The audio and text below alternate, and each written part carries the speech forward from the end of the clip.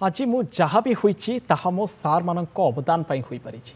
पिलादिने भारी बदमाश थिली, घर लोकंक ठारू प्रचुर माड़ खाउथिली।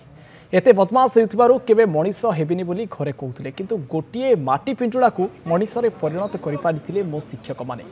मोर गुरुजनक जोगु मो आज जहाँ भी होई परिछि ताहा आपणक मानक आगरे ठिया होइछि।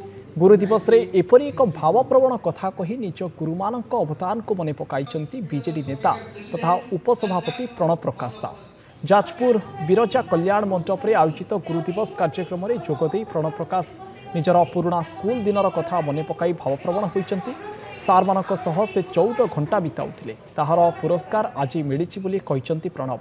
कार्यक्रम रे पहुंची प्रथमे जोता ओह्लाई गुरुंक पाद छुई प्रणाम करथिले पूर्वतन विधायक तथा राज्य बीजेडी उपसभापति प्रणव प्रकाश।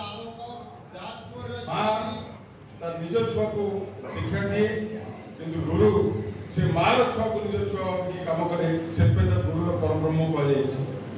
मो पर यदि प्रभाव देखिबे मु कवि मोर प्रभाव बेसी सार मन मो पर कारण आज जा भी मु होइछि तो सार मन अवदान ताकर कठिन परिश्रम पर मोर को थोड़े कंप्लीट सब कहे मोर सान बापा चलिए समस्त बहुत क्लोज थे। सान बापा बहुत लोग अच्छा कहे बबी मनीष होनी एत बदमाश से मनीष हमार चान्स नहीं, जिते प्रकार बदमाश अच्छी से करे।